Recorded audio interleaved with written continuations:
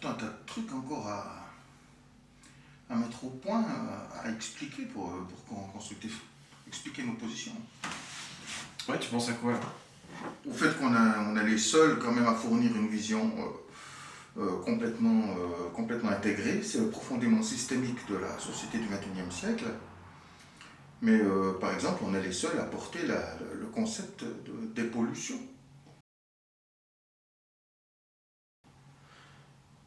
Ouais, je vois ce que tu veux dire. C'est vrai qu'il y a différents petits groupes qui parlent de capture du carbone aux États-Unis notamment, parce qu'en France, pas tant que ça en fait. Mais la dépollution en tant que concept global, ça, c'est vrai qu'on est les seuls à en parler. C'est-à-dire qu'il y a des tas de gens qui disent des tas de choses sur des tas de sujets, mais ils ne les syncrétisent pas. Ils parlent de leur sujet, Ouais. mais ils parlent pas ils ne sont pas intégrés dans un concept global. Et quand tu parles de la capture du carbone, la capture du carbone en tant que telle, c'est une dépollution, c'est pas la dépollution. Oui, ça c'est ce que les gens ont du mal à comprendre, parce qu'ils croient qu'en fait on est un groupe qui parlons de la capture du carbone. Mais en fait on est un groupe qui a une vision globale autour d'un concept qui est la dépollution. La dépollution c'est un concept, tandis que capture du carbone c'est une technologie. Voilà, c'est ça, c'est un élément disparate parmi d'autres. Ouais, c'est ça, la capture du carbone, ça n'a pas le même niveau d'abstraction que le concept de dépollution, qui est un concept beaucoup plus large, qui peut inclure la déforestation, la dépollution des océans, la dépollution des terres, la dépollution de l'atmosphère. Il s'agit de décontaminer l'environnement, de le nettoyer, on va dire de l'influence humaine. Parce que quelque part, de combattre les conséquences de la contamination du XXe siècle, c'est aussi de la dépollution.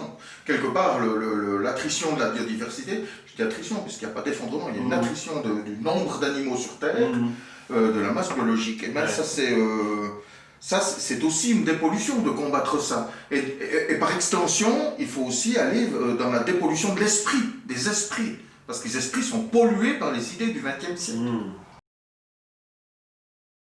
Non mais ça c'est intéressant. On pourrait parler de dépollution intérieure aussi.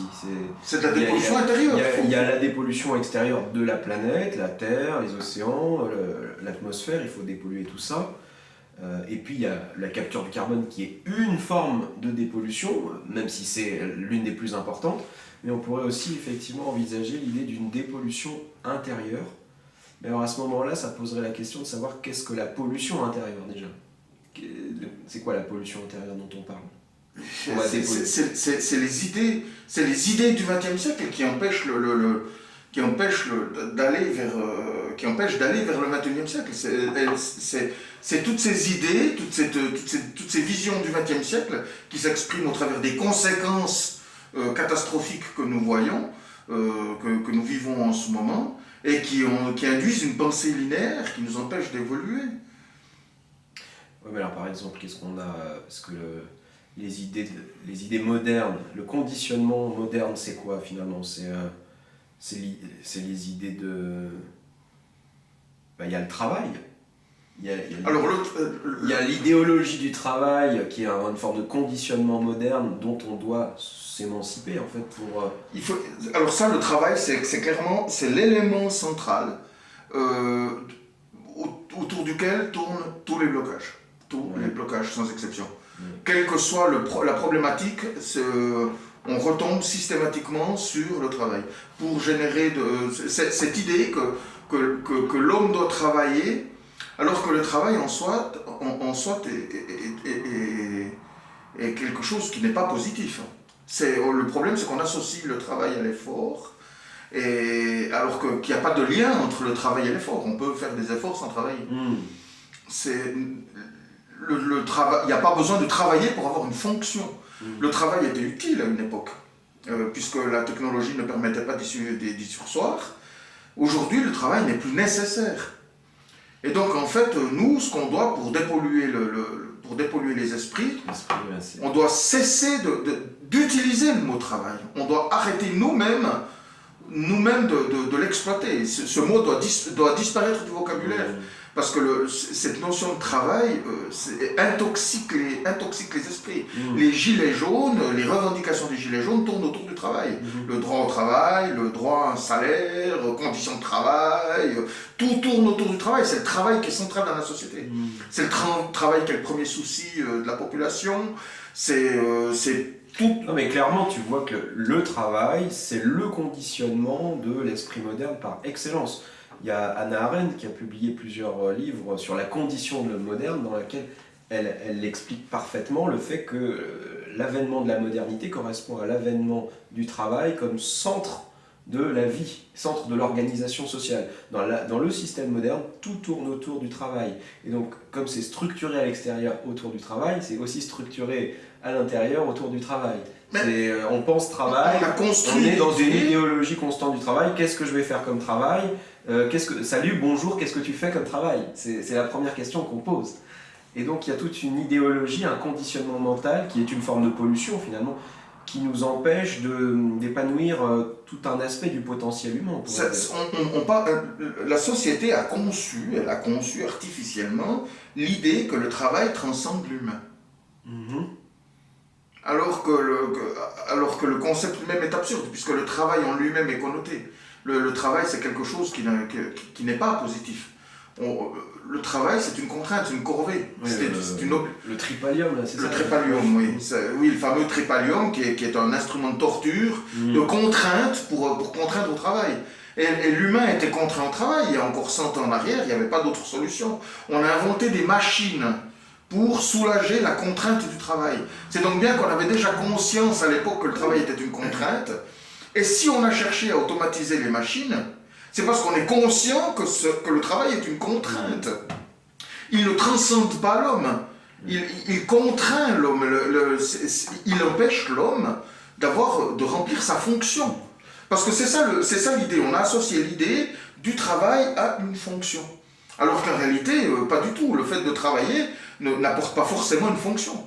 Si on a un emploi utile, voilà. Donc, et ça fait qu'on doit apprendre, nous, à excréter, à rejeter cette notion même du mot travail qui doit disparaître du vocabulaire. De toute façon, si tu regardes dans l'histoire, déjà, Grèce antique ou bien plus tard, les gens qui avaient de la valeur dans la société, c'était précisément ceux qui ne travaillaient pas. Et oui, l'homme libre, le but des Grecs, c'était d'être des hommes libres, c'est-à-dire de ne pas travailler, pour pouvoir s'occuper des affaires de la cité, de philosophie, etc. Absolument. Et puis après, avec le système féodal, c'était la noblesse. Alors la noblesse, pareil, elle avait des responsabilités, mais elle déléguait le travail à des esclaves, des serfs, etc. Et finalement, c'était nécessaire à l'époque. C'est comme ça qu'on s'organisait pour libérer du temps pour certains. C'est la révolution industrielle qui a inventé le travail. Avant, il y avait la corvée, chacun avait sa tâche. Mais c'était quand même une forme. Mais c'était pas un travail. La révolution industrielle a inventé l'emploi aussi. Mais la révolution industrielle a inventé la production. Ouais. Et en inventant la production, la notion de production, de fabrication, la productivité, le productivisme, eh bien, elle inclut la nécessité d'avoir des employés pour le faire, de la main-d'œuvre pour le faire. Donc le travail. Mais c'était normal, quelque part, dans la mesure où les machines ne pouvaient pas encore, à cette époque, remplacer l'humain. Donc on était obligé d'avoir des humains pour faire le boulot des machines. C'était nécessaire, voilà. Donc c'était un travail d'esclave. Ou après d'esclaves volontaires, ce qu'on appelle les esclaves volontaires, ça reste finalement de l'esclavage. C'est relatif, parce que parce que sans salaire, dans une société qui est organisée autour de l'argent, avant la révolution industrielle, tu n'avais pas besoin d'argent pour vivre. Hein. Je veux dire, tu vivais dans une cahute quelque part, tu avais tel vété de cochon, tu avais 4 chèvres, tu pouvais même de temps en temps aller en vendre une au marché, puis tu avais une petite pièce, et tu vivais, hein, je veux dire, tu pouvais vivre toute ton existence comme ça. Alors que du moment que la société est organisée autour de l'argent, c'est-à-dire que pour avoir un toit sur la tête, tu dois payer un loyer, pour te déplacer, tu dois payer un transport, tu dois te déplacer parce que les besoins auxquels tu dois répondre ne sont satisfaits que par des achats que tu dois aller mener trop loin pour y aller à pied. Donc donc tu te déplaces, donc tu payes un déplacement. Donc tu as toujours cette notion permanente d'argent, donc de salaire. Parce que si tu ne travailles pas, tu n'as pas de salaire. Si tu n'as pas de salaire, tu n'as pas d'argent. Si tu n'as pas d'argent, tu ne réponds pas à tes besoins. Donc c'est ça la différence fondamentale. Là, on est enchaîné. Et donc on est enchaîné au système de travail, et donc c'est bien un esclavage, parce qu'en fait le travail au sens où on l'entend là maintenant péjorativement, hein, c'est rien d'autre que le maître qui, au lieu de s'occuper de toi, pour te donner un toit et à bouffer, de la merde, te donne de quoi t'acheter, de quoi te payer ton toit où tu pourras dormir, et puis t'acheter à bouffer de la merde pour survivre jusqu'au mois prochain où tu pourras travailler pour avoir, en attendant d'avoir de nouveau ton salaire. Donc ça change fondamentalement rien. Simplement, au lieu de dépenser de l'argent pour s'occuper de toi, on te donne directement cet argent puis tu te débrouilles. Et puis ça permet même de développer des plans immobiliers pour s'enrichir. Donc finalement, on peut dire que le travail salarié est une évolution de l'esclavage. C'est une évolution de l'esclavage, c'est d'où cette notion de travail, de trépalium. Mais la nouvelle donne, c'est qu'aujourd'hui, avec les progrès de l'intelligence artificielle et de l'automatisation, on va pouvoir déléguer ça à des esclaves qui seront cette fois des machines. Voilà, c'est ça. Qui seront les esclaves, mais et ça permet à l'homme... Ils ne s'offriront pas puisque ce seront des machines. Et ça permet à l'homme d'avoir une fonction. Et donc ça va libérer, pour la première fois de l'histoire humaine, la possibilité pour tous les hommes d'être émancipés du travail de l'esclavage. Complètement. Parce que le problème, c'est aujourd'hui, la société, situation. L'esprit est intoxiqué, il est pollué par cette idée que le travail rend utile. Ouais. Quand on prend les associations qui font les territoires zéro chômeur, les associations qui donnent un emploi à tout le monde, on s'aperçoit de suite que le mot-clé dans les esprits de ceux qui ont un emploi grâce à ça, mais c'est un emploi sans valeur quelque part. Mais eux se ressentent valorisés parce qu'ils étaient dévalorisés par le fait qu'ils n'avaient pas de travail. Et en fait, le problème n'était pas qu'ils n'avaient pas de travail, c'est qu'ils n'avaient pas de fonction. Et donc, c'est ce pseudo-emploi qu'on a créé pour eux, parce que c'est comme pseudo-emploi. Il n'y en avait pas besoin, on l'a créé pour eux. C'est donc bien qu'il n'y en avait pas besoin, donc il n'a pas de réelle utilité. Mais le fait qu'on leur accorde une utilité en leur créant cette fonction, ils se sentent utiles. Donc ça démontre, alors qu'en fait ils ne le sont pas, puisque ce qu'ils font, on s'en passerait. Et donc ça démontre qu'on a associé le travail à cette notion d'utilité, de fonction, alors qu'en réalité, c'est plutôt le contraire. Le travail empêche d'occuper sa propre fonction. Et puis il faut pas croire que sans travail, l'être humain ne cherchera plus à être utile, puisque le besoin de se rendre utile aux autres, je veux dire, ça fait partie de la nature humaine.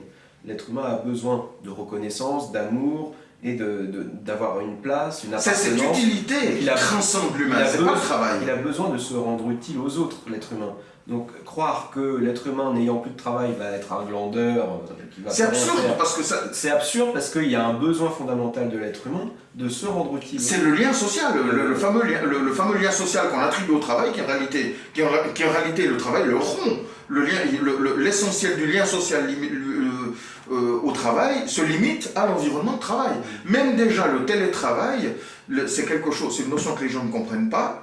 Parce qu'ils ont cette vision linéaire du travail selon le XXe siècle, c'est-à-dire tu vas à l'usine, à la limite une timbreuse, tu vois, tu as fait tes horaires, ensuite c'est la pause, fin de la pause, c'est midi, tu timbres, tu vas au bistrot, tu bouffes un truc, tu reviens, début du travail, tu timbres, et ils ont cette notion-là, et donc le télétravailleur, il va se retrouver chez lui, puis donc il a ses horaires, puis il va se mettre au boulot. Alors c'est pas ça du tout.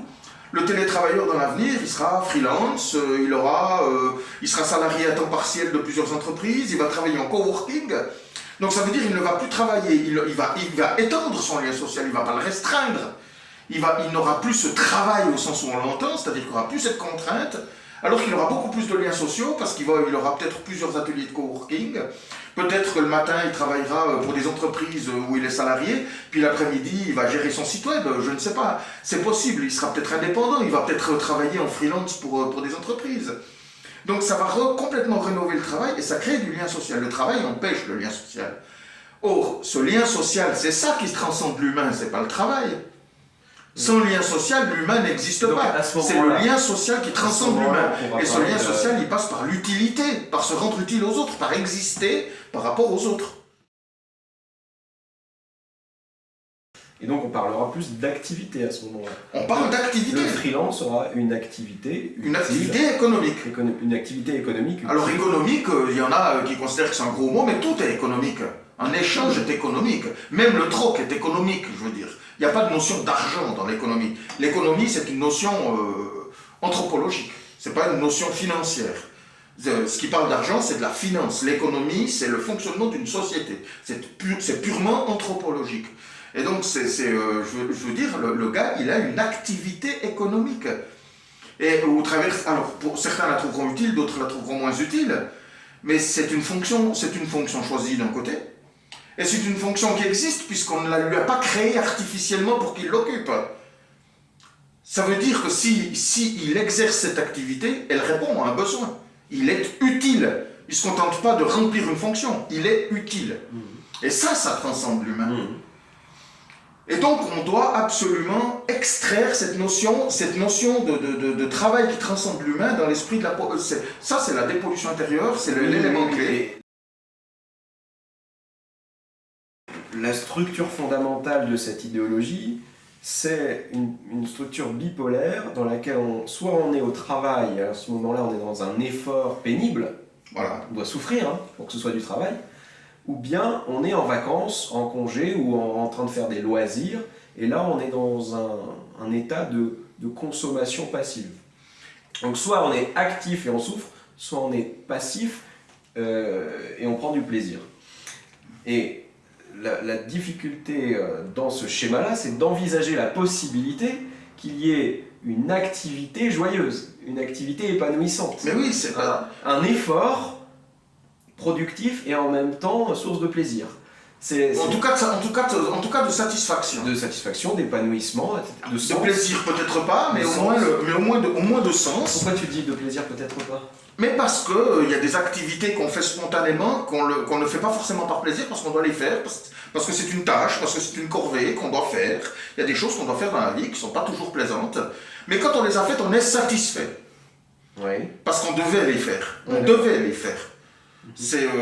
Et donc, il n'y a pas forcément toujours la satisfaction, et le plaisir, mais il y a toujours la satisfaction. Quand tu mènes ta vie à satisfaction, c'est que tu réponds à ce que tu dois faire. Ok, je comprends. Et toi comme moi, on n'arrête pas de dire qu'on travaille, alors qu'on est des intellectuels. Albert Jacquard disait que l'intellectuel ne travaille pas, le journaliste ne travaille pas, le philosophe ne travaille pas. Il disait, moi je ne travaille pas. Il était généticien, et en tant que généticien, il ne travaillait pas. On est actif, on va dire. On a des activités, mais on ne travaille pas. Le bûcheron travaille, le policier travaille, je veux dire, il est au contact de la population, c'est pas toujours évident, hein, voilà. Ça, c'est des gens qui travaillent, quoi. La caissière de supermarché, elle travaille. Le travail, il y a une connotation, il y a une incidence négative qui est physique, psychologique, il y a un épuisement qui se produit. Cet épuisement, il mène aux gilets jaunes. Les gilets jaunes sont épuisés, c'est des gens qui sont épuisés par un système à bout de souffle, où inconsciemment, ils ne se rendent pas compte qu'en fait, ils ne sont plus utiles. Ils occupent des fonctions qui ne servent plus à rien, et qui donc du coup sont dévalorisées. Comme elles sont dévalorisées, elles ne leur apportent plus ce dont ils ont besoin pour vivre, elles ne répondent plus à leurs besoins, et donc c'est un épuisement moral, et puis éventuellement physique, hein, pour certains. Je veux dire, moi j'ai connu des gens qui ont travaillé aux grandes heures de l'industrie du XXe siècle, cette industrie qui est toujours cette pollution intérieure autour du travail. Parce que les gens ont cette vision, parce que papa et maman, ils ont travaillé à Sochaux, grand-papa a commencé à Sochaux à l'âge de 42 ans, papa il a repris la place de grand-papa quand il a pris sa retraite, le fiston, il était envisagé qu'il reprenne à Sochaux, c'est trop tard, Sochaux n'embauchait plus. Voilà, et donc à partir de là, c'est la fin du monde. Donc il y a toujours cette notion. Si tu veux, dans la mesure. Et moi j'ai connu des gens qui ont travaillé à l'usine, à la chaîne, dans l'horlogerie essentiellement par exemple. Il y a des gens qui travaillaient à la chaîne, tout ce qu'ils avaient à faire c'était presser une pédale. Ils prenaient une pièce comme ça, puis hop, puis avec le pied, clic, ils pressaient la pédale, puis hop, tu poses la pièce, tu prends une autre pièce. Puis quand tu as fini ça, tu amènes le chariot de pièces fini, tu vas chercher un nouveau chariot de pièces à faire. Et ces gens, quand ça fait... C'est rien, il faut juste presser une pédale. Puis la pédale, elle va pas dire, elle n'a pas besoin de se mettre debout, non, clic, clic, c'est tout. Mais quand ça fait 45 ans que tu fais ça, le pied, il est comme ça, quoi, il est carrément tordu. En quoi ça transcende l'humain d'avoir le pied comme ça pour d'avoir travaillé 45 ans? En quoi ça lui permet d'avoir un sens à sa vie? autant avoir une machine qui prend la pièce, Pourquoi qui ça fait crée du clic, lien et puis- social. voilà, en quoi ça crée du lien social, c'est absurde, je veux Ouais. dire. Alors que c'est donc bien un biais cognitif que le travail crée ce lien social Oui, et transcende l'humain, c'est absurde en Mais- soi, je veux dire. Mais cette structure que je décrivais, cette structure bipolaire entre effort pénible et passivité joyeuse, elle est profondément implantée dans la population et c'est ce qui pose problème quand on commence à envisager des choses comme le revenu de base, le contributisme, etc. Parce qu'en fait, les gens se disent immédiatement « Ah oui, vous voulez que les gens soient payés pour glander sur leur canapé. Vous voulez une société de glandeurs assistés. » Vous voyez, parce que si on ne travaille pas, c'est qu'on est forcément oisif. Tout est Et dans le terme on est- assisté. Tu vois ce que je veux dire? Et donc, ouais, tout est dans le terme assisté, justement, ouais. Parce que assister, c'est Ouais. faux. Ouais. La différence fondamentale entre le travail Mhm. et l'évolution de la société au XXIe siècle, Ouais. c'est que le travail, on était rémunéré par une fraction Ouais.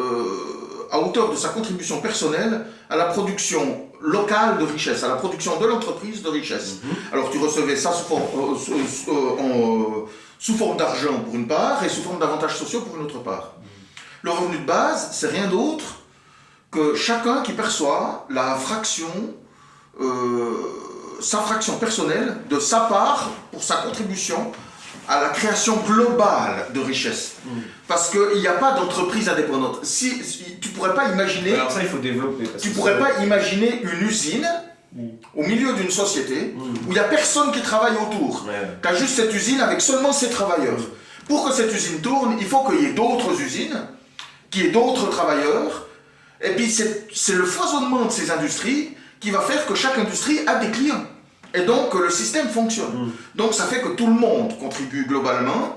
Et en fait, dans ce système, même celui qui ne travaille pas aujourd'hui, qui bénéficie des aides sociales, il contribue, puisque en recevant ces aides sociales, il va faire ses achats à la boulangerie. Je veux dire, voilà, le boulanger, il vend son pain. Pour pouvoir vendre son pain, il a dû acheter un four qui a été construit par une industrie. Je veux dire, donc voilà, ça fait marcher le système. Et c'est ça qui fait marcher. Donc tout le monde contribue, directement ou indirectement. Et donc c'est juste une manière décentralisée d'envisager le travail. Ce travail qui en réalité est une notion quasi mystique qui est issue de la révolution industrielle parce qu'il fallait produire. Aujourd'hui, on peut produire, mais sans le travail. Et l'avantage de produire sans le travail, c'est qu'on n'a plus la production n'a plus pour rôle de donner un emploi. Donc elle peut produire moins, mais mieux, de meilleure qualité, moins polluant. Ça signifie que ce n'est pas la croissance qui pollue, mais l'emploi. Parce que la croissance, c'est qu'un flux, c'est que de l'argent. Si au lieu de produire 10 produits de merde, on en produit un de bonne qualité, mais 10 fois plus cher, on a la même croissance. Mais alors, évidemment, on a 10 fois moins d'emplois, d'un côté, mais aussi 10 fois moins d'empreintes écologiques. Donc la fin de l'emploi, c'est aussi de l'écologie. Sans compter que les gens qui sont libérés de l'emploi peuvent ensuite se rendre utiles conformément à... Ah, mais ils vont pas pouvoir se procurer le truc de qualité qui vaut 10 fois plus cher, tous aussi. Mais si, puisqu'il va durer 10 fois plus longtemps. Ils vont le remplacer 10 fois moins souvent. Ah, donc il faut qu'il dure 10 fois plus longtemps, ouais. Il est de meilleure qualité, il est plus solide, il est plus fiable, mais peut-être qu'il est en propriété partagée. Au lieu d'en acheter 10 pour 10 personnes, ils seront 10 à en acheter un qui vont se partager la propriété. C'est ça, c'est ça la notion de nouvelle civilisation. Mais ça met fin au travail. Tant qu'on ne peut pas d'un côté soutenir une société qui va produire moins d'emballage pour éliminer le plastique à usage unique, soutenir une production de meilleure qualité, mettre fin à l'obsolescence programmée, etc., etc. Puis de l'autre, réclamer un droit au travail pour tous. C'est pas compatible. Pour pouvoir produire ce travail pour tous, il faut polluer. Et ce travail pour tous n'est pas épanouissant. Parce qu'il est limitant pour chacun, il empêche chacun de remplir sa fonction qui lui revient, qui lui appartient dans la société. Le fait de travailler ne rend pas forcément plus utile que quelqu'un qui ne travaille pas. Alors peut-être que quelqu'un qui passait son temps devant la télévision n'est pas forcément... On peut peut-être ne pas le considérer comme utile, bien qu'il rapporte quand même. Hein, parce qu'en regardant des pubs, il valorise les publicités. Oui, Mais même s'il ne se rend pas... Ça non plus, en général. Mais quelle fraction de la population ça concerne? Combien de milliers d'individus dans un pays comme la France qui comporte 70 millions de personnes? C'est des milliers sur des dizaines de millions, je veux dire. Donc c'est négligeable, on ne s'occupe pas de... Au contraire, ceux-là, on va s'en occuper parce que quelque part, c'est des invalides. C'est des gens... Oui, c'est des pathologies. C'est pathologique. Si le gars, il est pas capable de se rendre utile dans la société, c'est une pathologie. Ouais. Il nous appartient de nous en préoccuper, puis de l'aider.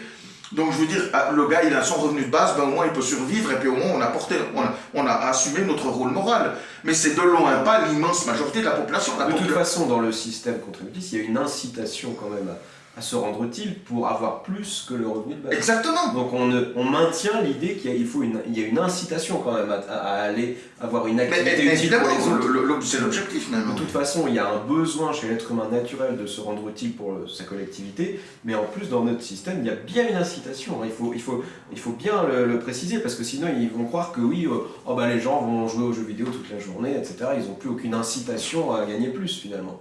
Non, il y a la possibilité de gagner plus en ayant une activité utile. Non seulement en ayant une activité utile, mais en plus dans un système économique plus contributif, ce que Yann Moulier-Boutin appelle la pollinisation. La pollinisation, ça veut dire contribuer à gauche et à droite. Voilà, au lieu d'aller au travail, puis finalement, hier, en allant au travail, tu contribuais au fonctionnement de l'usine, donc de l'économie. Aujourd'hui, tu contribues à avoir ton emploi. Parce qu'en réalité, on pourrait te lourder et mettre une machine, ce serait quand même bien plus avantageux pour tout le monde, y compris pour toi. Parce que d'avoir une fonction inutile à l'usine qui te fait chier, qui ne rapporte plus rien, c'est pas avantageux, c'est pas vrai, c'est pas porteur de sens. Donc c'est pénible, c'est fastidieux.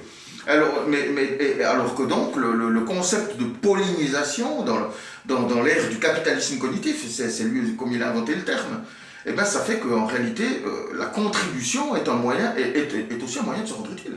On peut dire dans ce sens-là que l'emploi tel qu'il est aujourd'hui, notamment les bullshit jobs, empêche en vérité les gens de se rendre utiles. Ça empêche les gens de se rendre utiles. Ça nuit à l'utilité sociale. Ça veut dire que ça prive la société de la croissance dont elle a besoin pour exister. Cette fameuse croissance que les décroissants attaquent, alors qu'en réalité c'est juste un changement de socle de la croissance. La croissance au XXe siècle, au XIXe siècle, elle reposait sur un socle, c'était l'industrialisme.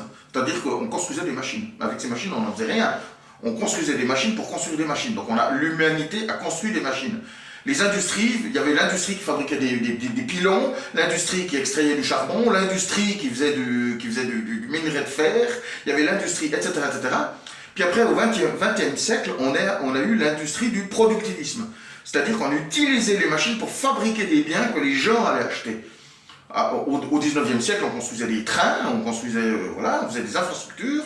Au XXe siècle, on a construit des biens, des objets, des télévisions, des postes de radio, des voitures, des vélos, qui s'adressent aux particuliers en masse pour que tout le monde ait un salaire, tout le monde ait un travail. Et ça, aujourd'hui, cette fonction est terminée puisqu'on peut l'automatiser. Et donc, ça fait que chaque individu qui va au travail aujourd'hui, alors que sa fonction pourrait être soit supprimée, soit automatisée, ne contribue plus à l'économie. Il lui coûte. Il a un coût pour l'économie, à ne pas s'y tromper, en France c'est chiffré, c'est 80 milliards par an, la lutte pour l'emploi, ça se traduit par... Combien 80 milliards. 80 milliards dépensés pour que les gens aient un emploi, c'est ça? Pour que les gens aient un emploi. Alors ça se traduit, c'est la prime d'activité, c'est le chèque énergie. La prime d'activité et le chèque énergie, c'est quoi? C'est des subventions directes au salaire. On dit aux employeurs, mais payez-les moins, mais embauchez-les pour qu'ils aient du boulot, puis nous on va verser le reste. Puis donc l'État il emprunte sur les marchés, pour pouvoir verser le chèque énergie. Pourquoi il doit verser le chèque énergie? Parce que les gens sont trop mal payés. Pourquoi ils sont si mal payés? Parce que sinon les entreprises ne les embaucheraient pas. Si elles devaient les embaucher à un salaire normal, elles devraient les payer plus cher. Mais pourquoi les payer plus cher alors qu'elles n'en ont pas besoin? Elles les embauchent inutilement. Donc du coup, elle ne va pas leur donner un bon salaire. Donc l'État subventionne. Voilà. Et alors, ça va aussi à l'aide à la formation. Moi, quand j'étais jeune, les entreprises payaient les formations aux salariés. Elles en avaient l'obligation. Il y avait une obligation de fournir tant de formations, de fournir un plan de carrière, etc. etc., etc. Aujourd'hui, c'est l'État qui dit, écoutez, on va vous les former, on va vous les adapter comme vous les voulez. Voilà, on en est là. Et donc l'État paye les formations à la place des entreprises. Puis pour que les entreprises, comme les entreprises sont plus rentables, parce que du coup, ces salariés sont moins efficaces que les machines. Donc on doit adapter le rythme de production au rythme de l'humain. Donc l'entreprise est moins compétitive. Donc, pour être plus rentable, qu'est-ce qu'on fait? On baisse les impôts sur les sociétés. Pour pouvoir redonner... Il y a une réflexion à développer de la rentabilité. Tu as parlé, il y a un point que tu viens d'aborder qui est très important, c'est la notion de rythme. Le rythme de l'humain et le rythme de la machine ne sont pas du tout le même. Et donc ça crée ce qu'on appelle une aliénation. C'est une aliénation. L'être humain, dans ce système, Helmut Rossa, le sociologue allemand, en parle beaucoup, il est obligé de suivre la cadence de la machine qui n'est pas sa cadence naturelle. Et dans un système où l'être humain aurait été libéré justement de cette cadence, il pourrait se réapproprier son propre rythme et finalement se réapproprier son temps de vie pour disposer de ce temps d'une toute autre manière. La modernité a consisté essentiellement à offrir tout son temps au travail, et puis en gros il nous reste 2 jours pour récupérer, s'occuper de la famille, des courses, du ménage, des loisirs, et tout faire en même temps en 2 jours. De temps en temps on a un peu de vacances, mais globalement on consacre notre temps au travail. Une fois qu'on est libéré du travail et de ce rythme frénétique lié à l'accélération des machines, finalement il y a une désaliénation qui se produit. Donc on est aussi dans le cadre d'une dépollution intérieure. L'être humain retrouve du temps. C'est une bonne observation, parce qu'effectivement, les gens qui aujourd'hui sont tellement intoxiqués par cette notion du travail, qu'ils envisagent le travail de façon binaire, c'est-à-dire que ou bien tu travailles, ou bien tu glandes. Hein. Si tu ne travailles pas, tu glandes. Le chômeur, c'est un glandeur, ou au RSA, c'est des glandeurs, le RSA, il faut le donner qu'en échange de travail, etc. etc. Donc ça montre bien que celui qui ne travaille pas est un glandeur, alors celui qui travaille est utile, alors que je viens de faire la démonstration que c'est faux. Donc effectivement, il faut arriver à extraire cette idée que la personne qui ne travaille pas est inutile, et pour ça, en éliminant le travail de l'esprit des gens, en dépolluant l'esprit des gens, ils vont arriver à la compréhension, ils vont appréhender la fin du concept travail. Je dis bien le travail, hein, je ne parle pas de l'activité ni de l'effort, hein, c'est vraiment le travail. Qu'en fait, le fait d'être sans travail ne signifie pas être sans activité, ni sans effort. Parce que celui qui fait, si tu contribues à une association de jardins partagés, je veux dire, d'aller biner le jardin, c'est pas parce que c'est pas du travail, que c'est une activité que tu fais contributive, que ça nécessite pas d'effort. Hein. Bien sûr que ça nécessite un effort. Donc ça n'a rien à voir avec l'effort. C'est plutôt une autonomie spirituelle. Redonner du sens à la vie, c'est pas redonner du travail. De créer du travail dans un endroit ne donne du sens à la vie de personne.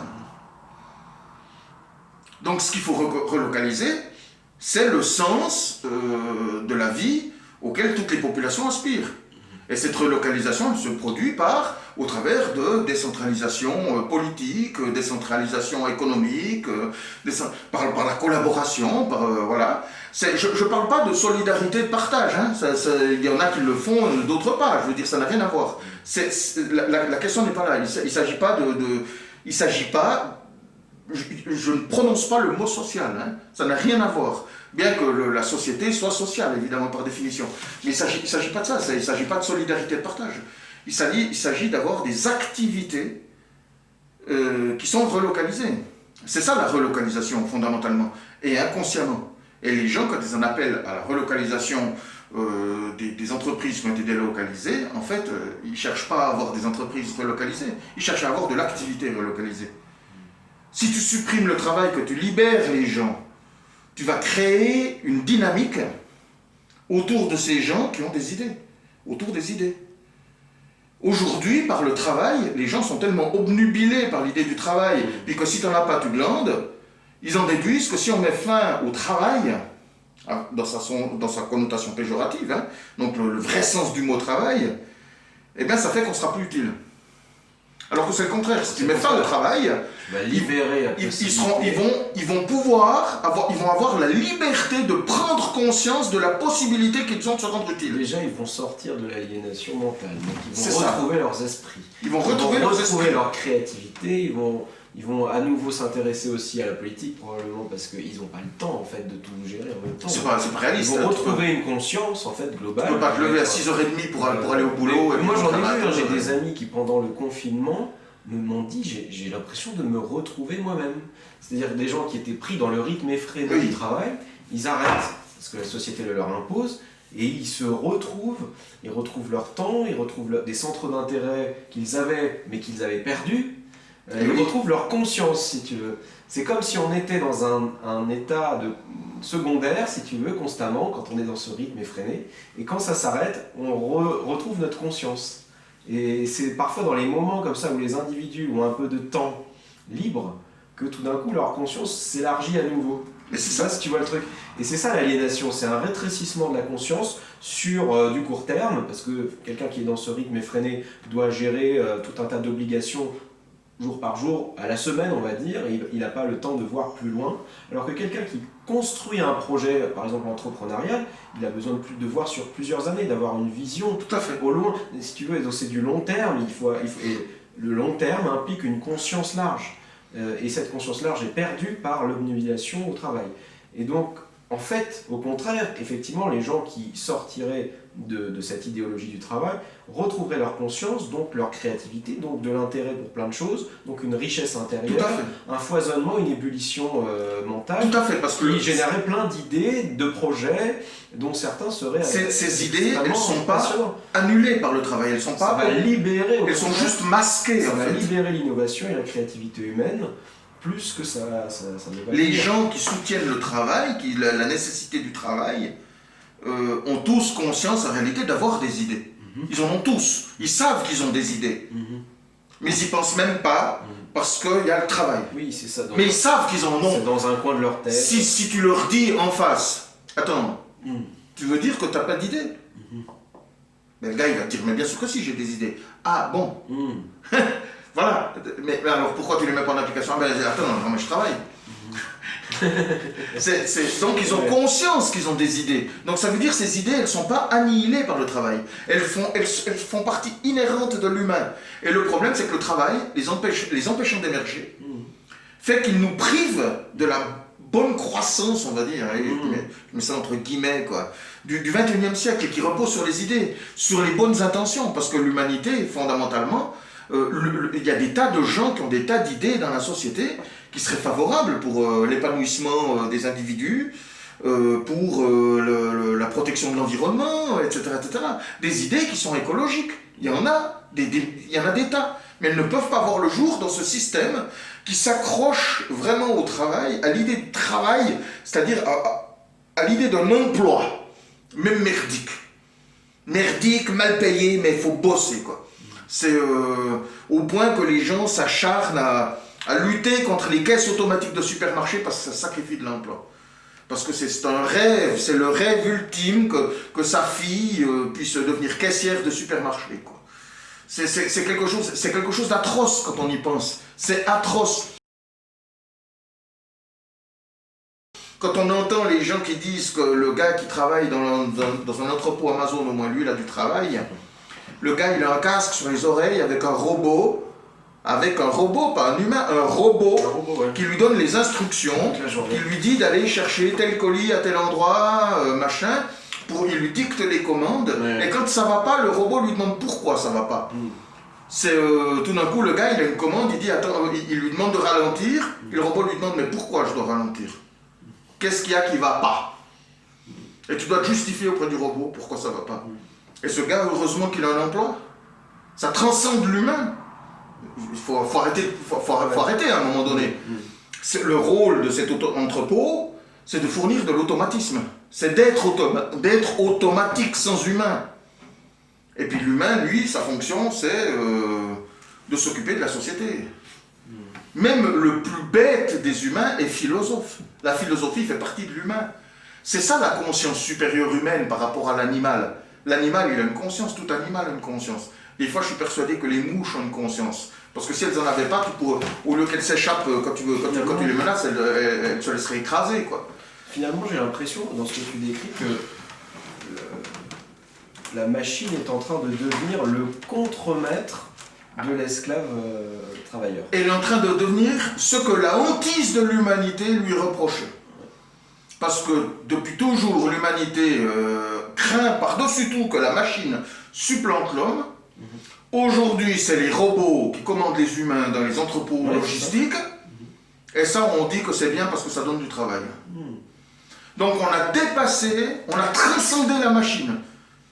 Au lieu que le travail transcende l'humain, comme on l'imagine, en réalité, c'est la machine qui a transcendé le travail. et l'humain devient son esclave. C'est ça. Il obéit à la machine. Avant, on avait des esclaves volontaires qui obéissaient à des patrons en utilisant des machines. Maintenant, on a des esclaves volontaires qui obéissent à la machine au service du patron et de la rentabilité. C'est hallucinant. Des actionnaires. C'est hallucinant quand tu y penses. Le système a vraiment bougé, effectivement.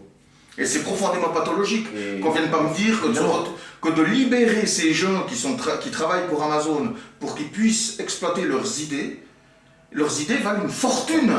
Parce que quand on parle de relocalisation, si tu libères Jean Duchemin qui vit au village de Morsy-les-Gracieuses et qui peut mettre à jour son idée, il relocalise en créant son idée.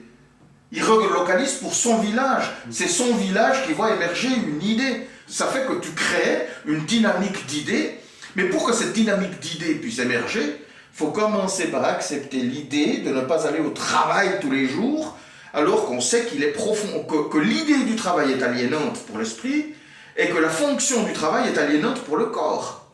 C'est absurde. Là, il y a un travail intérieur, effectivement, à faire passer. Il y a quelque chose de culturel, si tu veux, là-dedans. L'individu qui sort du travail commence immédiatement à ressentir une angoisse, si tu veux, une angoisse d'être sorti du système. Il voit les travailleurs tous les matins partir, et lui, il se sent complètement à l'écart, et il se dit, je suis plus intégré à la société. C'est risqué quand même de sortir du troupeau, quoi, tu vois. C'est risqué. Mais aujourd'hui, l'environnement pour ceux qui sont dehors du troupeau n'existe pas. Voilà, c'est quoi l'environnement dehors du troupeau? C'est le chômage, avec les coupes en cours de Pôle emploi, la désintégration, c'est le RSA, l'exclusion sociale, la dévalorisation de celui. Et donc forcément, ça crée cette angoisse. Mais ça montre bien qu'on l'a créé artificiellement. Parce qu'en réalité, si tu crées un environnement où le fait de ne pas être dans le troupeau ne t'empêche pas d'avoir de l'activité, d'être actif, d'être utile, ça gêne en quoi de sortir du troupeau? Et bien au contraire, tu vas soulager le troupeau va se réduire, de manière à ce que seuls ceux qui sont utiles dans le troupeau, parce que c'est pas tout le travail qui est utile. Il faut le dire, dans le troupeau, il y a une masse de gens qui occupent des fonctions qui sont indispensables dans l'industrie, l'administration, les forces de l'ordre. Ceux-là, ils auront encore un travail, on appellera ça une activité du coup.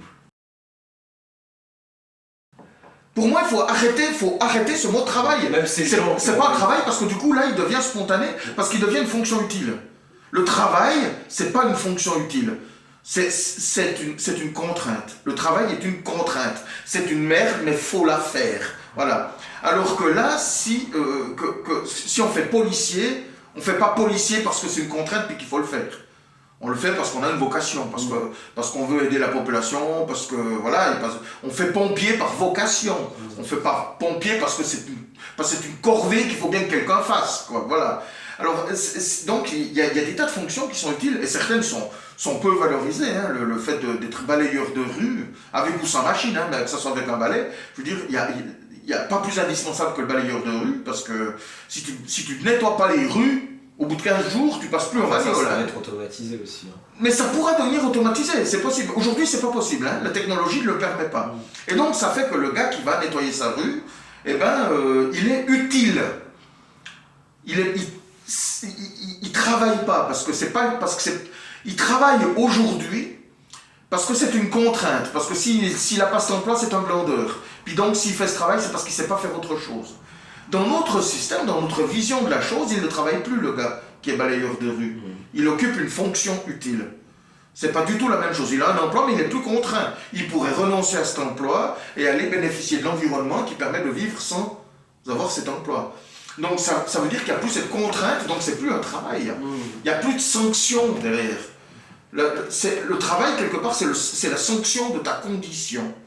Parce que tout le monde ne travaille pas sur cette terre. Hein. Il y a des gens qui n'ont pas à subir le travail. Hein.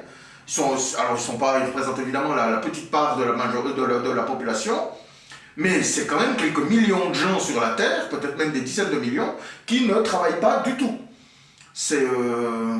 Et donc, il faut bien comprendre que si on extrait cette notion d'obligation de travailler, les individus ne travaillent plus. Ils ont une fonction utile. Le balayeur de rue devient un agent de la société.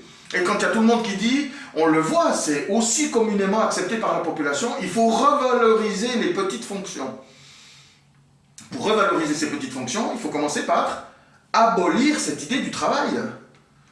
Parce que tant qu'il y aura cette notion du travail, ça devient une contrainte, tu ne peux pas valoriser les petites fonctions. Ou alors il va falloir dévaloriser les grosses fonctions. Que plus personne va vouloir admettre, va vouloir appliquer. Tu ne peux pas valoriser le travail d'une masse de petites mains. Il faut automatiser ce que tu peux automatiser pour réduire le coût du travail, de manière à revaloriser les fonctions que tu ne peux pas automatiser, de sorte qu'elles ont une valeur, elles ont une vraie valeur travail. Là encore, on parle de la valeur travail. La valeur travail repose sur quoi? Sur une seule et unique notion. Sur le fait que personne d'autre ne peut faire ce travail. Un travail qui peut être automatisé ou aboli n'a pas de valeur travail. Il n'y a pas de valeur dans le travail à réaliser un travail qui pourrait être fait par une machine. Ouais, ça c'est sûr. Tu n'es qu'une machine-outil, donc tu vaux rien. Tu vaux le prix d'une machine. On t'achète au supermarché, le supermarché où on achète les machines-outils humaines, ça s'appelle Pôle emploi. Point. C'est tout, tu es une machine-outil, tu vaux rien. Alors il faut arrêter de parler de valeur travail. Par contre, si on ne peut pas automatiser ta fonction, si on ne peut pas s'en passer, si on ne peut pas la supprimer, même pour la supprimer, c'est nécessaire quitte à changer les process de fabrication. S'il faut, cette fonction-là, on va l'intégrer dans cette sous-fonction ici, puis cette fonction-là dans cette sous-fonction ici, voilà, on a supprimé le poste. Boum, on a optimisé le machin. Si on peut faire ça, tu ne sers à rien. Tu n'as pas d'utilité. Si tu n'as pas d'utilité, ton travail n'a pas de valeur. Si on ne peut pas te contourner, si tu es incontournable à une fonction donnée, ton travail a une vraie valeur. Pour revaloriser le travail, il faut éliminer tous les éléments parasites qu'il y a autour qui dévalorisent ton travail, qui la noient dans une masse de fonctions dont certaines sont sans valeur. Et donc ça fait qu'on met en exergue ta valeur, qui en plus, ton salaire n'est plus dilué dans la masse salariale qui sert à financer des sous-fonctions sans valeur. Et donc il y a plus d'argent disponible pour valoriser ta fonction, et ta fonction a plus de valeur parce qu'elle est plus visible. Tu redeviens visible. Toi, tu es utile. Tu n'as plus besoin d'arrêter de travailler pour te rendre utile. Tu es utile.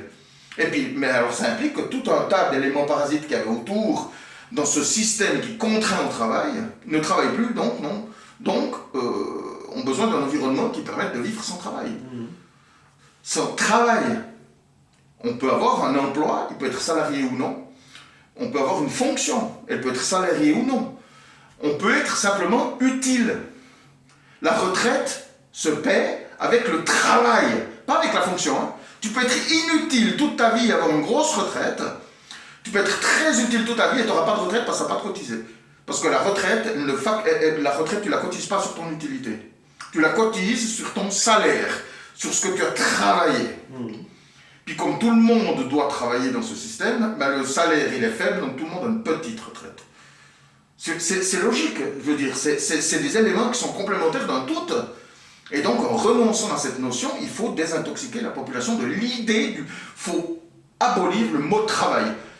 Il est écrit dans la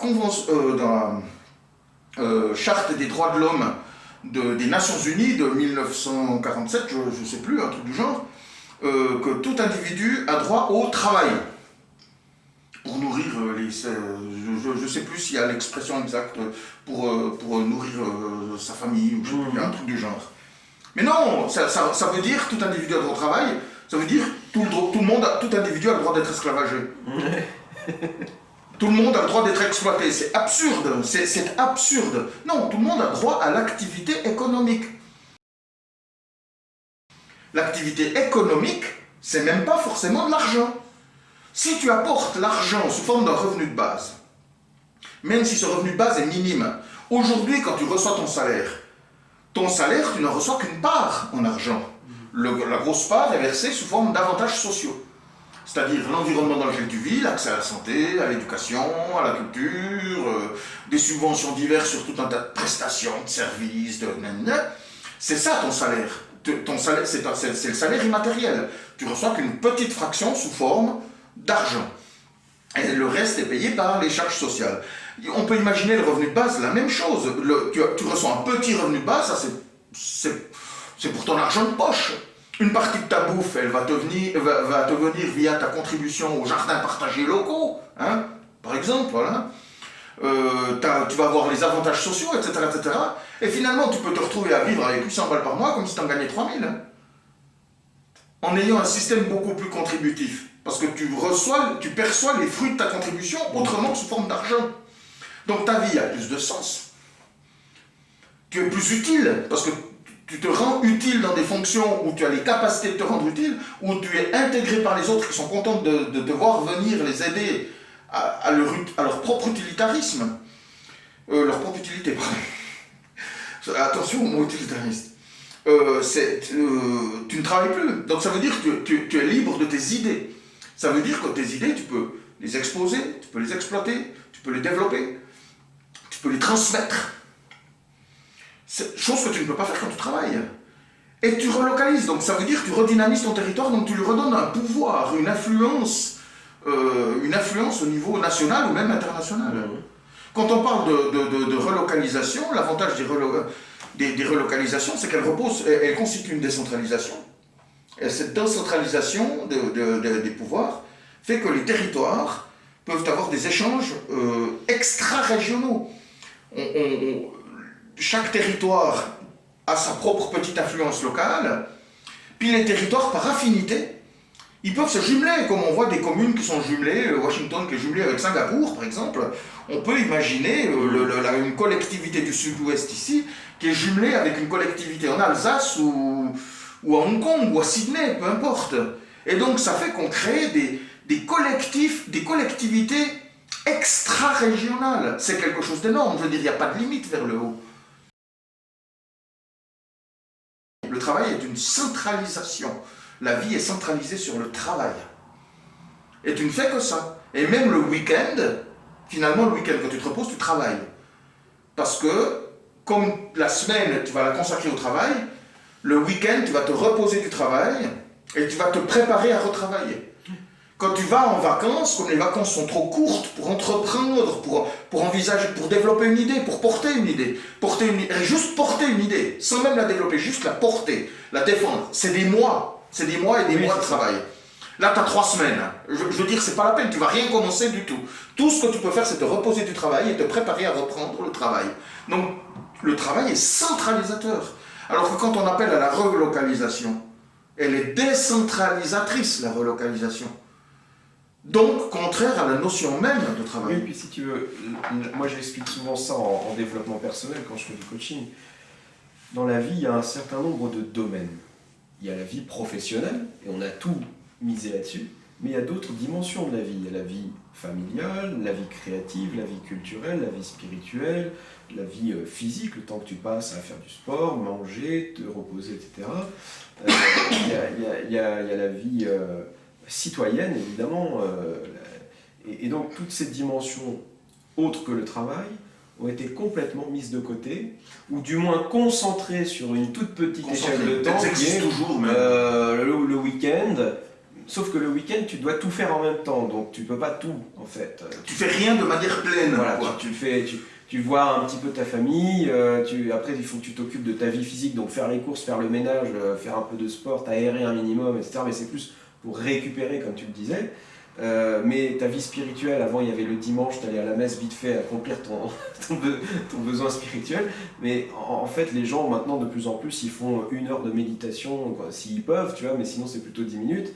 Donc tout est relégué, cette centralisation du travail a fait que toutes les autres dimensions de la vie qui ont autant de valeur et autant d'importance que le travail ont été mises de côté. C'est ce que les gens appellent la recherche de sens, la quête de sens. C'est ça l'aliénation. Quand les gens sentent qu'il y a un profond déséquilibre dans ce système, et qu'ils aspirent à retrouver du temps, revoir leur famille, être plus proche de la nature, etc., c'est finalement des gens qui aspirent à réinvestir ces autres dimensions qui ont été complètement mises de côté. Et donc ça implique de décentraliser. Même, je vois, avant la modernité, Hannah Arendt, encore une fois, en parlait beaucoup, il existait une catégorie de vie qu'on appelait la vita contemplativa.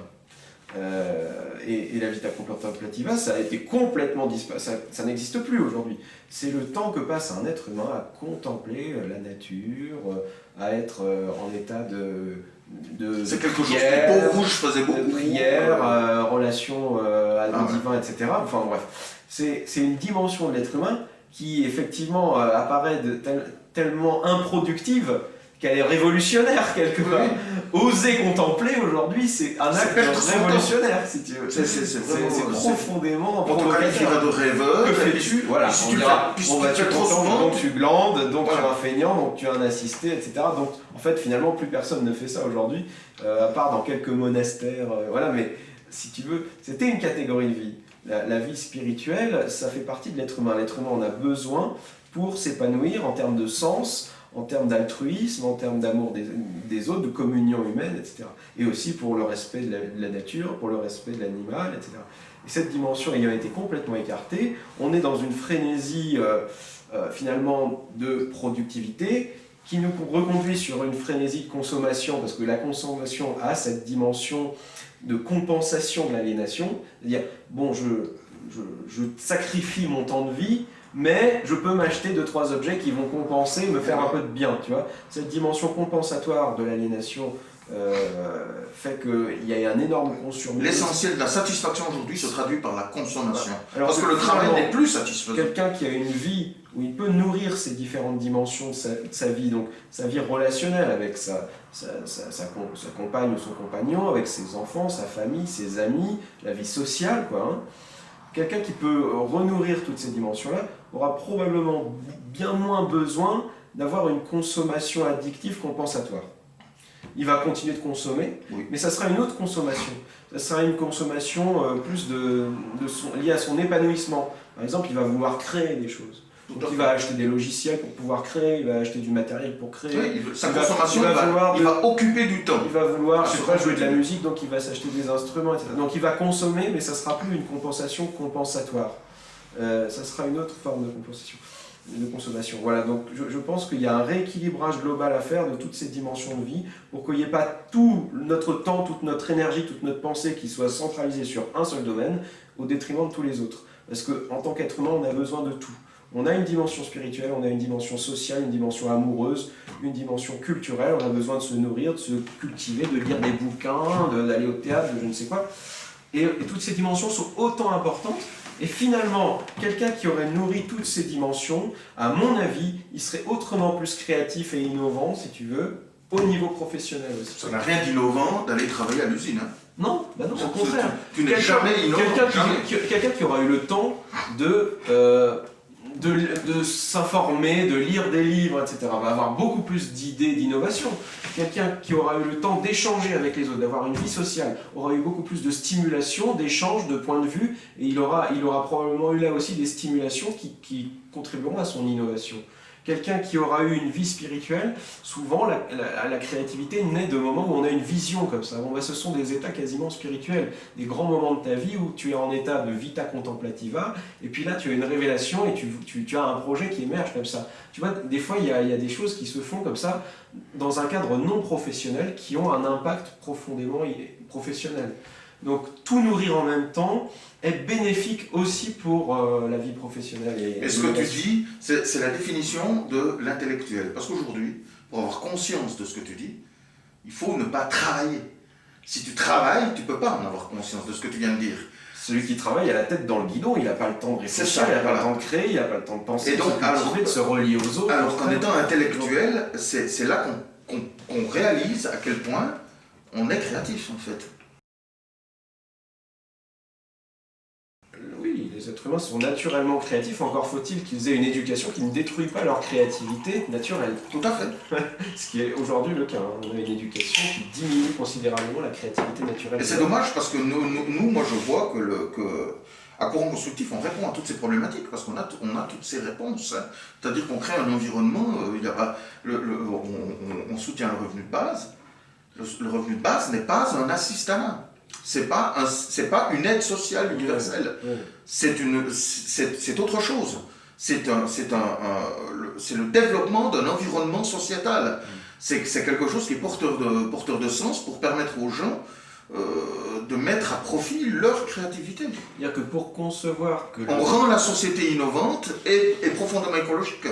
Plus apaisée. On apaise la société, on la rend pas moins active. Elle est plus active.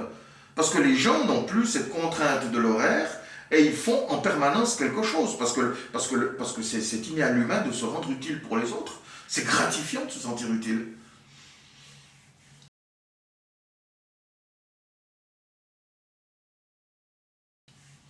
Mais même les relations entre les êtres humains sont aliénées, c'est-à-dire qu'un être humain qui a passé toute sa journée de la semaine à faire la même tâche aliénante, si tu veux, qui ne l'épanouit pas, quand il a le week-end et qu'il va voir ses amis, s'il a 1 heure ou 2 pour voir ses amis, imagine que les amis sont dans la même situation que lui, quel type d'échanges vont bien pouvoir, vont-ils pouvoir avoir, tu vois, ça va être un échange entre aliénés. Et c'est pas ce qu'on peut appeler un échange entre aliénés, social, un échange vide de richesse, de stimulation intellectuelle. Quand un individu qui a nourri son cerveau toute la semaine croise un autre individu qui a nourri aussi son esprit toute la semaine, les interactions sont d'un autre son interaction avec l'autre va générer probablement de l'innovation. Mais c'est ce que je veux dire. Parce que la confrontation d'idées, l'apport respectif de différents angles, de différentes connaissances, de différentes compétences, va créer de manière naturelle une innovation de groupe, si tu veux. Si tu additionnes après plus que 2 personnes, que tu en mets 5 ensemble,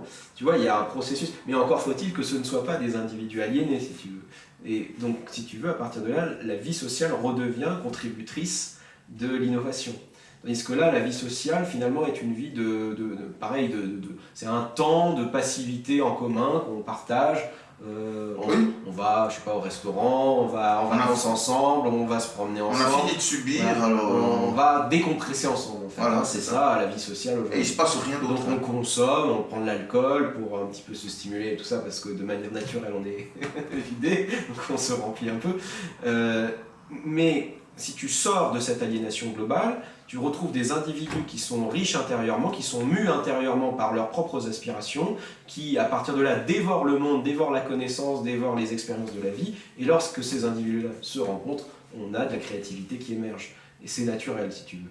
Mais c'est quelque chose qui est évident et qui, en même temps, est totalement absent aujourd'hui, parce que nous n'avons de relation qu'entre aliénés.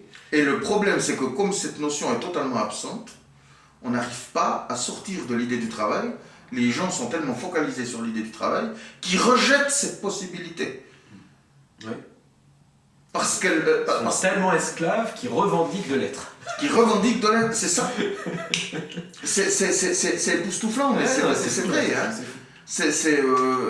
Et donc, on doit arriver à ça. Et honnêtement, moi je pense qu'à Courant Constructif, on peut arriver à... il va falloir qu'on apprenne à faire passer ce message, quoi. Je sens, moi, que les gens ont profondément besoin de retrouver une vraie vie sociale. Tout le monde en parle. Le lien social a été complètement déstructuré par ce travaillissement. La quête de sens, elle est universellement partagée. Le besoin de communier, le besoin de vivre ensemble, de se relier aux autres. Ça, c'est universel, désormais. Il y a un vrai besoin là-dessus qui est lié au fait qu'on a été tellement loin dans le système du travail, l'idéologie du travail, qu'on s'est complètement déliés les uns des autres. Ouais. Parce qu'il est faux de penser que le travail crée du lien. Ça, c'est pas comme ça que ça se passe. Le travail empêche le lien, en vérité. Il empêche le lien social. Oui. Le lien social est limité à la portée du travail, quoi. Alors qu'en réalité, si on ne travaillait pas, si tout le monde pouvait être au village tous les jours pour interagir avec les autres, on crée du lien social. Pendant qu'on est à l'usine, on part le matin à 6h30, on voit personne du village, on rentre le soir à 20h, on voit personne du village, pas même de l'immeuble. Pas même de l'immeuble. S'il y a 3 appartements dans l'immeuble, c'est déjà bien si les gens se connaissent, hein, déjà.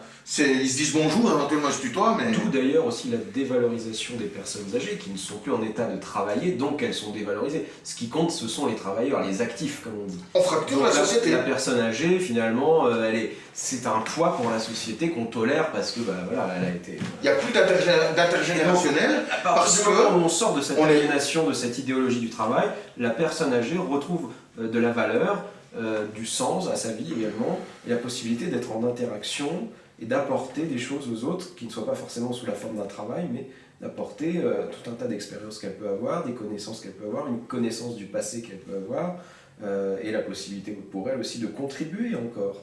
La personne âgée, on le voit à travers le phénomène des aidants, la personne âgée contribue à la société. Mais complètement. Et- Là, le problème, c'est qu'on a fracturé la société. Trop jeune pour agir, esclave pour produire, trop vieux pour servir. Oui, c'est ça. Voilà, on a 3 catégories. C'est bien résumé. Ouais. Et donc, forcément, là, ça peut pas marcher. Ça peut pas. C'est pas possible.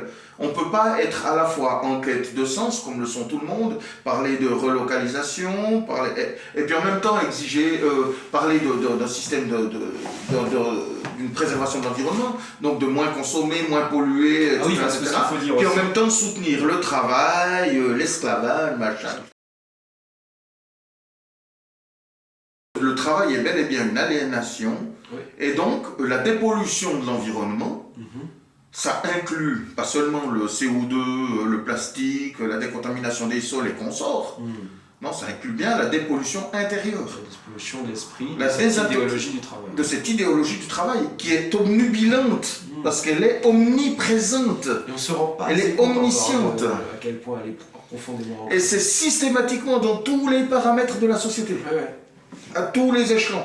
Quel que soit le paramètre, il y a le travail. Mais cette pollution est tellement ancrée que la première réaction des esclaves lorsqu'on leur parle de désaliénation, c'est de se révolter contre cette proposition en disant mais jamais nous sommes fiers de nos emplois, nous sommes fiers de travailler, nous nous épanouissons au travail, Ils n'ont pas le choix. etc. C'est un biais cognitif, parce que c'est un biais de justification. s'il ne l'avait pas, c'est le biais de confirmation. Ça serait, Je suis utile, parce que s'ils ne l'avaient pas, ben ça rendrait le travail insupportable. ça rendrait leur vie Et insupportable. donc ils ouvrent la fenêtre et ils sautent par la fenêtre. Quoi. Exact. Donc donc il y a besoin de ce biais cognitif, je suis utile. Je travaille, donc je suis utile, je ne suis pas un glandeur. Exact. Donc en fait c'est de l'autosatisfaction, et sans laquelle le travail n'est pas supportable. Oui. Il n'est tout simplement pas On a supportable. besoin de s'auto-convaincre. Les esclaves, les vrais esclaves, hein, ceux qui n'étaient pas payés, ceux qui étaient propriétés de leur maître, revendiquaient le fait que le seul droit de l'esclave, c'est le travail. Ils le revendiquaient. Oui, c'est vrai. Donc je travaille. Mon seul droit, c'est le travail, donc je travaille. C'est incroyable de penser ça. Et ils n'avaient pas le choix, mais c'était ça ou mourir. C'est un mécanisme du Et tout. aujourd'hui, c'est... C'est une réappropriation de ce qu'on fait comme si on en était libre, alors que Voilà. précisément. Alors qu'en fait, on ne l'est pas. Et aujourd'hui, si tu ne travailles pas, on te détruit. Le système, il te détruit. Tu perds ta maison, ta femme, tes gosses, ta bagnole. C'est bon, terminé. Tu es détruit. Donc il faut se désaliéner, faire une dépollution mentale également, et pas seulement une dépollution de l'atmosphère. Et donc le courant constructif, c'est une vision Nous sommes les globale. seuls à Encore une syncrétiser fois, la dépollution. à l'état de concept global Voilà. la notion de Il faut dépollution. bien comprendre que la dépollution, c'est un concept, c'est même, on pourrait dire, une philosophie globale pour les 10 prochaines années. C'est un programme qui va se décliner en différents 30 aspects. prochaines années, nous visons Oui, oui, 2050. oui. L'évolution de la société. Ce qu'il faut mettre en place dans les 10 prochaines années pour pouvoir l'accomplir dans les 30 prochaines années. La dépollution est un concept global qui comprend, qui englobe un certain nombre d'aspects, dont la dépollution de l'atmosphère à travers le direct air capture, mais également la dépollution de l'océan, la dépollution des terres, la dépollution mentale, et d'autres formes de dépollution. Et la transition sociale. La reforestation, le retour du végétal dans l'urbanisme, il y a tout un tas d'aspects dans cette... Nous n'aurons pas de transition écologique sans transition sociétale. Et la transition sociétale, c'est la fin de l'emploi salarié, la fin du travail. La fin du travail au sens où on l'entend communément. Bon, bah écoute. Et ce terme travail, on doit apprendre nous-mêmes à ne plus l'exploiter, ne plus l'utiliser parce qu'à chaque fois, on lui redonne du sens, et donc on le perpétue. On doit le bannir de notre vocabulaire. Parler d'activité économique. Et parler d'activité économique. Parler d'utilité personnelle, parler d'épanouissement personnel, parler d'activité économique, en relevant bien le fait que économique, il n'y a pas de notion d'argent dedans. Il y a aussi l'argent. Mais c'est de nouveau la même chose. L'économique n'est pas un concept. C'est de la création de valeur en soi. C'est de la création de valeur. Et cette création de valeur, elle peut être de simplement aider quelqu'un. Hein. Voilà. Le fait d'être aidant à domicile, personne, alors même que les aidants sont des gens qui ne travaillent pas, ils n'ont pas de salaire, ils ne travaillent pas, personne n'aurait l'idée de critiquer, de qualifier de feignasse quelqu'un qui s'occupe d'un couple de petits vieux, que ce soit ses parents ou ceux de quelqu'un d'autre. Hein. Je veux dire, personne. Pourquoi il y a certaines fonctions qu'on arrive à accepter? Donc ça veut dire qu'on arrive à accepter l'idée que sans travailler on peut être utile, Alors que, globalement, si on ne travaille pas, c'est qu'on n'est pas utile. Il y a cette dichotomie, il y a cette espèce de schizophrénie, et en réalité, ça fait que cette idée, elle existe dans la population, ça montre que la population est capable d'accepter l'idée que si on ne travaille pas, on n'est pas pour autant une feignasse, on n'est pas pour autant inutile, on n'a pas pour autant aucune fonction. Oui, puis il faut aller jusqu'au point de dire que c'est pas, on n'a pas un être humain inutile qui devrait faire l'effort de se rendre utile. En réalité, l'être humain a besoin d'être utile dès le départ, dans son essence même. C'est ça, on n'a pas à le forcer, si tu veux, à se rendre utile, le pousser à avoir une utilité. Du moment que tu lui dis... Il va le faire de manière naturelle. Ben oui, c'est-à-dire si tu crées l'environnement qui c'est permet... un besoin chez l'être humain d'être utile.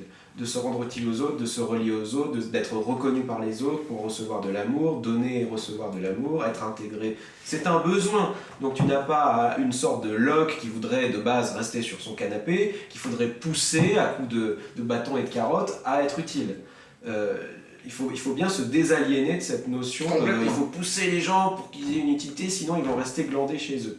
C'est pas comme ça que fonctionne l'être humain. En fait, la réalité est même l'inverse. C'est précisément parce qu'ils travaillent qu'ils aspirent à glander. Que dès qu'ils le peuvent, ils le font.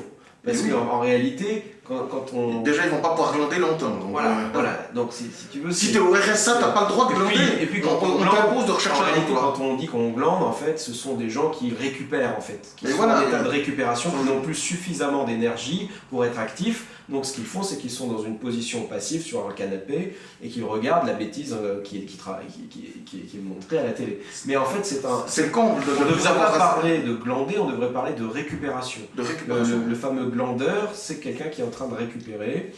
Et puis après, il y a des gens qui sont aussi dans des phases presque pathologiques, effectivement, où ils ont tellement de problèmes dans leur vie qu'ils s'évadent en fait du réel à travers le jeu vidéo, à travers la télévision. Mais cette évasion du réel est de signe qu'il y a plein de symptôme. Il y a plein de problématiques en amont. C'est pas une cause, c'est un symptôme.